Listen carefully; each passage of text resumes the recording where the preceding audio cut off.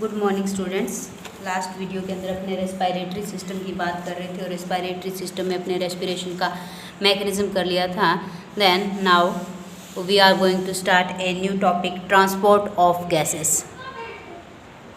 Transport of gases यानी gases का जो ट्रांसपोर्टेशन होता है वो किस फॉर्म में होता है। एक तो O2 की फॉर्म में, वो यानी O2 और CO2 का ट्रांसपोर्ट होता है। तो फर्स्ट पॉइंट के अंदर अपने पढ़ेंगे ट्रांसपोर्ट ऑफ ऑक्सीजन और सेकंड पॉइंट में पढ़ेंगे अपने ट्रांसपोर्ट ऑफ ऑक्सीजन। अगर ट्रांसपोर्ट ऑफ ऑक्सीजन की बात करूं तो इसमें O2 का जो ट्रांसपोर्ट जो होता है, पहली बात तो O2 और CO2 को जो ट्रांसपोर्ट करने का जो मीडियम जो होता है वो ब्लड होता है। ब्लड के अंदर पढ़ा था अपने RBCs होती है, ब्लड में HB हीमोग्लोबिन होता है और ब्लड में रेड कलर पिगमेंट HB की बात कर रही हूँ, ठीक है ना, वो प्रेजेंट होता है। तो 97% O2 जो होता है वो ब्लड के थ्रू यानी RBCs के थ्रू ट्रांसपोर्ट किया जाता है और 3% O2 जो होता है वो प्लाज्मा के थ्रू, ठीक है ना।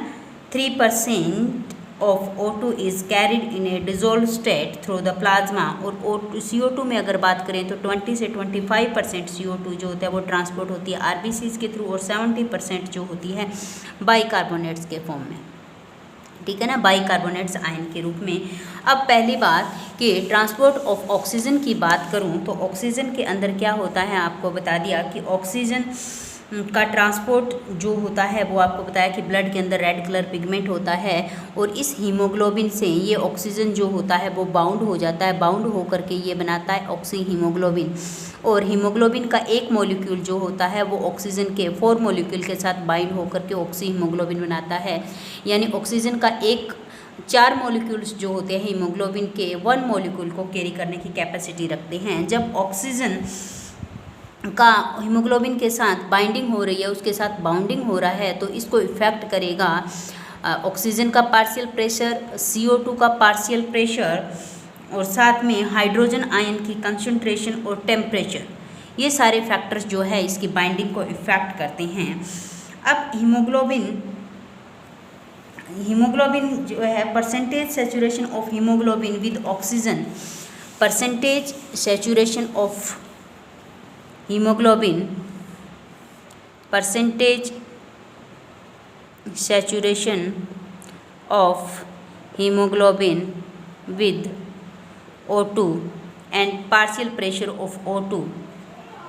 जब इसका कर्व लेते हैं यानी इसका ग्राफ बनाते हैं तो इसका ग्राफ जो होता है वो एक सिग्मोइड कर्व आता है। तो इसको सिग्मोइड कर्व बोलते हैं या ऑक्सीजन डिसोसिएशन कर्व बोलते हैं, ऑक्सीजन डिसोसिएशन कर्व बोलते हैं इसको।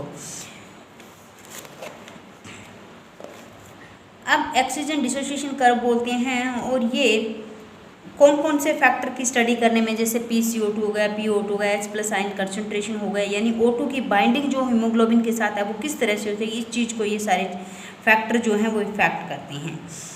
अब कि टिश्यूज़ के अंदर, ठीक है ना, टिश्यूज़ में जहाँ पे क्या होगा, लो जो है ऑक्सीजन होगी, हाई जो है वो क्या होगा, पार्शियल प्रेशर होगा CO2 का, ठीक है ना, पार्शियल प्रेशर तो साथ में हाई कंसंट्रेशन होगी H+ आयन की और हायर टेम्परेचर होगा। ये कंडीशन फेवरेबल होती है ऑक्सीजन डिसोसिएशन के लिए, ठीक है ना। ऑक्सीजन डिसोसिएशन के लिए ये डिसोसिएशन ऑक्सीजन के डिसोसिएशन के लिए मतलब फेवरेबल कंडीशंस होती हैं फ्रॉम द ऑक्सी हीमोग्लोबिन, यानी ऑक्सी हीमोग्लोबिन बन गया, उनमें से ऑक्सीजन को अलग करने के लिए कंडीशन जो होती है वो फेवरेबल होती है। ये मतलब क्लियरली अपने को विजिबल होता है कि ऑक्सीजन जो होता है वो हीमोग्लोबिन के साथ लंग्स की सरफेस पे बाइंड होती है। अब 1 ml of oxygenated blood can deliver around 1 ml of oxygenated blood, यानी जो प्योर ब्लड होगा 1 ml of oxygenated blood can deliver 5 ml of O2, यानी 1 ml प्योर ब्लड जो होगा 5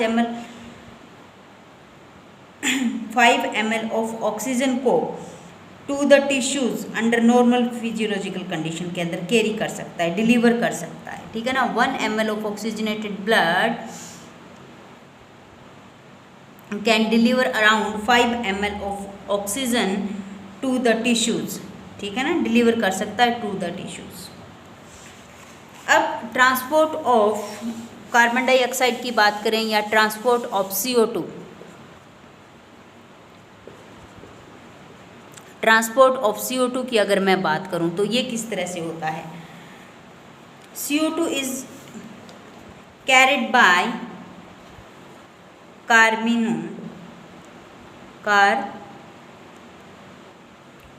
अमीनो हीमोग्लोबिन।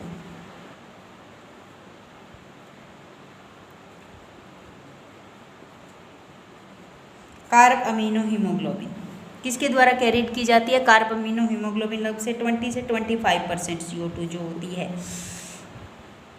अब इस चीज़ को, इसकी बाइंडिंग जो होती है वो पार्शियल प्रेशर से रिलेट रहेगी। पार्शियल प्रेशर जो होगा O2 का और CO2 का दोनों इस चीज़ को इफेक्ट करेंगे बाइंडिंग को। अब PCO2 जो होगी यानी पार्शियल प्रेशर CO2 का हाई होगा तो पार्शियल प्रेशर O2 का वहाँ पे लो होगा टिश्यूज़ के अंदर, टिश्यूज़ की बात कर रहे हैं, ठीक है।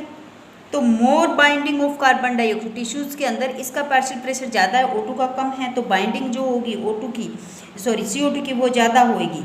और जब PCO2 जो कम होएगा और O2 की प्रेशर जो है वो हाई होएगा एल्वेलाई के अंदर, तब क्या होगा? Dissociation of CO2, carb amino haemoglobin जो होगा वहाँ पे डिसोसिएशन हो जाएगा इसका, ठीक है।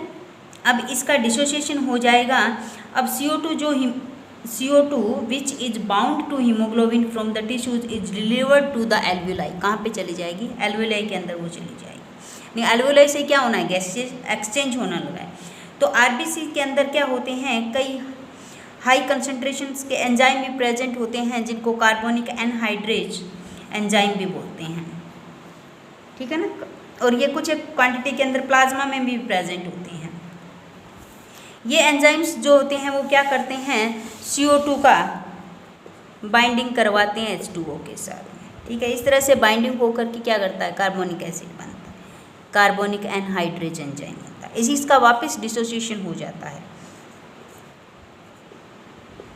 ये HCO3 और प्लस H+ आयन की फॉर्म में, ठीक है। अब टिश्यू की जगह पे, अब at the tissue site partial pressure, अब किसका? Partial pressure of CO2 is high, catabolism के कारण हाई होगा इसका पार्शियल प्रेशर टिश्यू लेवल पे। तो CO2 जो होता है डिफ्यूज, CO2 है वो डिफ्यूज हो जाएगी into blood, CO2 diffuse into blood and form HCO-3 and H+ ion, ठीक है। अब कोई भी एल्वेलर साइट है जहाँ पे PCO2 जो है वो क्या है? लो है, तो रिएक्शन जो होता है वो अपोजिट डायरेक्शन के अंदर मूव करेगी, यानी इस तरह से अपोजिट डायरेक्शन। और फॉर्मेशन किसकी हो जाएगी? CO2 और H2O की, जो रिएक्शन अभी बताई थी। CO2 plus H2O, H2 CO3 carbonic anhydrase enzyme हैं। ये रिएक्शन इस तरह से रिवर्स, ये फॉरवर्ड की साइड में, और ये रिवर्स हो जाएगी HCO3 और H+ आयन जो है था HCO3- और H+ आयन जो होते हैं वो इसमें अलग से बनेंगे। तो CO2 जो होता है बाइकार्बोनेट्स के फॉर्म में टिश्यू लेवल पे और ट्रांसपोर्ट हो जाती है एल्वोलाई से बाहर की साइड, CO2 जो होता है वो रिलीज कर दी जाती है। अब 100 ml ऑफ डीऑक्सीजनेटेड ब्लड जो होता है वो डिलीवर करता है 4 ml CO2 को। डीऑक्सीजनेटेड ब्लड जो होता है वो 4 ml ऑक्सीजन को डिलीवर करता है एल्वोलाई को। और 100 ml ही ऑक्सीजनेटेड ब्लड जो होता है वो डिलीवर करता है 5 ml O2 को। ये 4 ml को और ये 5 ml O2 को डिलीवर करता है, ठीक है ना, टिश्यूज़ को, क्योंकि टिश्यूज़ को जाएगी O2 तो, और ये एल्वियोलो को जाएगा CO2 क्योंकि वहाँ पे गैसेस एक्सचेंज होना है। अब इसमें नेक्स्ट जो आते हैं वो आते हैं इसके डिसऑर्डर्स, कि इसके डिसऑर्डर्स कौन कौन से हैं रेस्पिरेटरी सिस्टम के डिसऑर्डर्स। अब अगर इसके डिसऑर्डर्स की मैं बात करूं तो इसका फर्स्ट डिसऑर्डर जो आता है वो है अस्थमा,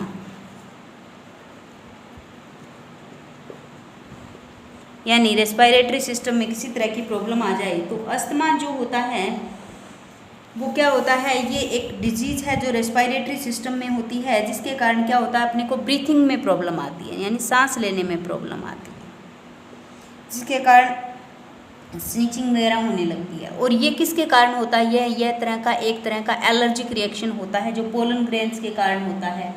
पोलन ग्रेन्स हो गए, डस्ट पार्टिकल्स हो गए, स्मोक हो गया, कोल्ड हो गया, स्मोकिंग हो गई, इन चीज़ों से होता है।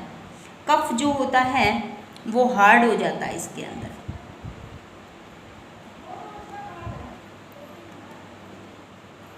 ठीक है, हार्ड हो जाता है, इसके अंदर स्वेलिंग हो जाती है, ठीक है, स्वेलिंग जो हो जाती है नोज में, स्लेस्मा उसकी जो म्यूकस जो होती है उसके कारण उसमें फ्लावट आ जाती है।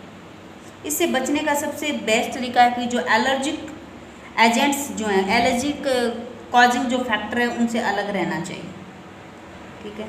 अब नेक्स्ट एक डिजीज जो आती है वो है निमोनिया।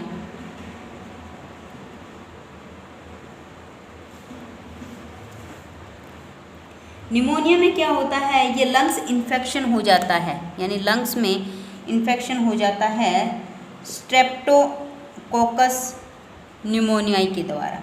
ये एक बैक्टीरियल डिजीज है। निमोनिया क्या है, एक बैक्टीरियल डिजीज है जो स्ट्रेप्टोकोकस निमोनियाई के लंग्स में इन्फेक्शन के कारण होता है। ड्यू टू दिस इन्फेक्शन जो एल्वेलाई जो होती है डेड सेल्स से भर जाता है, एक तरह का फ्लूइड भर जाता है, जिसके कारण लंग्स में क्या हो जाती है, स्वेलिंग हो जाती है, और पेशेंट जो है वो ब्रीथिंग करने में क्या होता है, अच्छा फील नहीं होता उसको। ये कॉमन डिजीज़ है ओल्ड के अंदर और चिल्ड्रंस के अंदर। इसके ट्रीटमेंट के लिए अपने को क्या दी जाती है, एंटीबायोटिक्स दी जाती है।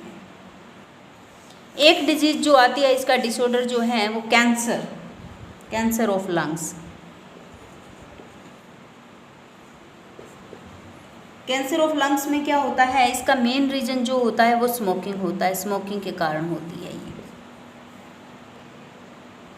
स्मोक जो करते हैं तो स्मोक के अंदर क्या होते हैं, कई तरह के केमिकल्स प्रेजेंट होते हैं, और इन केमिकल्स की वजह से क्या होता है, अनकंट्रोल्ड सेल डिवीज़न होता है, सेल डिवीज़न होता है अनकंट्रोल्ड, और जिसके कारण क्या होता है कि ये जो स्मोक जो होगा उसके कारण अनकंट्रोल्ड जो सेल डिवीज़न हुआ, तो सेल्स जो होती है वो अलग अलग डिवाइड नहीं पाई पाती, और ये स्मोक जो होता है एपिथेलियम ऑफ ब्रोंकाई में चला जाता है, और जिसके कारण कैंसर होता है, और धीरे धीरे ये कहाँ पे फूल जाता है, वो लंग्स में फैल जाता है, पूरे के पूरे लंग्स के अंदर जो होता है वो फैल जाता है। एक डिजीज आती है इसकी एम्फीसाइमा,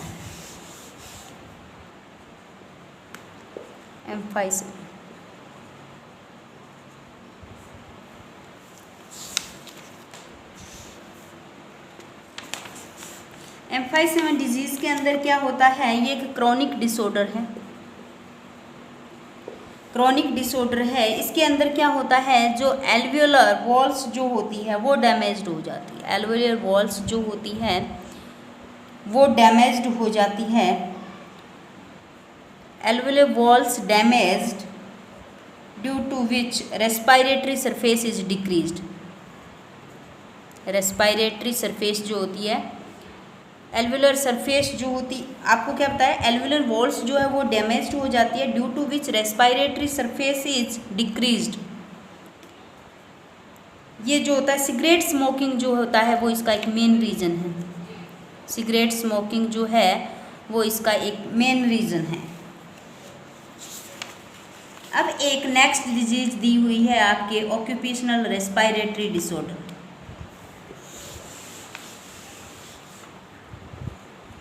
ऑक्यूपेशनली रिस्पायरेटरी मतलब कि ये जो फैक्ट्री इंडस्ट्री वगैरह के अंदर जो काम करती हैं, ठीक है ना, स्टोन ब्रेकिंग का है, डस्ट का है, ठीक है ना, तो ये इस तरह के फैक्टर जो होते हैं, स्मोक वगैरह जब अंदर जाएगी तो ये क्या करते हैं, डिफेंस मैकेनिज्म जो होता है बॉडी को, उसके लिए प्रॉब्लम क्रिएट करती हैं,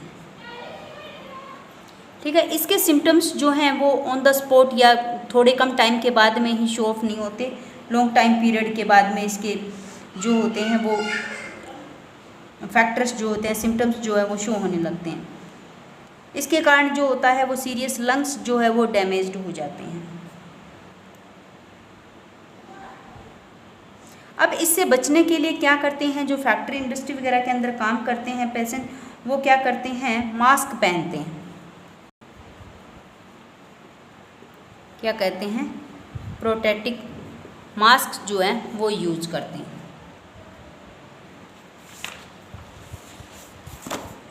तो ये जो है वो आपका चैप्टर है 12th रेस्पिरेटरी सिस्टम का जो आपका चैप्टर था वो कंप्लीट हो गया। अब इसमें नेक्स्ट क्लास जो है उसके लिए नेक्स्ट टॉपिक अपने स्टार्ट करेंगे। तब तक thanks, have a nice day.